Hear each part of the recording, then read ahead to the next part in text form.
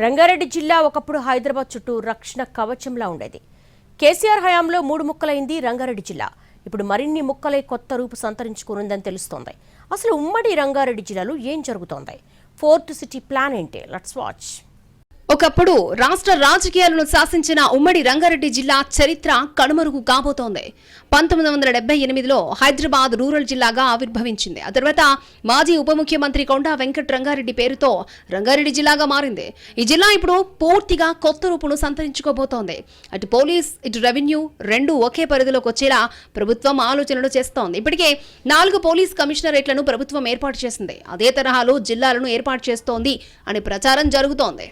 Hyderabad police commissionerate లో కలిసిపోయిన రాజేంద్ర నగర్ ను రెవెన్యూ పరంగా కూడా హైదరాబాద్ జిల్లాలో విలీనం చేసే దిశగా అడుగులు పడుతున్నాయి. దీనివల్ల ప్రజలకు అటు పోలీస్ స్టేషన్, ఇటు కలెక్టరేట్ ఒకే జిల్లా పరిధిలోకి వచ్చి సౌలభ్యంగా మారుతుందని ప్రభుత్వం ఆలోచన చేస్తోంది. ఇప్పటికే వికారాబాద్ విడిగా ఉండగా మిగిలిన ఉమ్మడి జిల్లా ఇప్పుడు ఫోర్త్ సిటీ సైబరాబాద్, మల్కాజిగిరిగా విడిపోనుందని ప్రచారం జరుగుతోంది.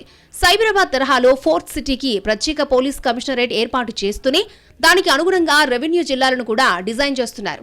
అటు ఐటీ హబ్, ఇటు ఫ్యూచర్ సిటీ రెండింటినీ వేర్వేరు అడ్మినిస్ట్రేటివ్ బ్లాక్స్ గా మార్చబోతున్నారు. సికింద్రాబాద్ లో కొంత భాగాన్ని మల్కాజ్గిరి పోలీస్ కమిషనరేట్ లో కలిపి పాలన కొనసాగిస్తున్నారు.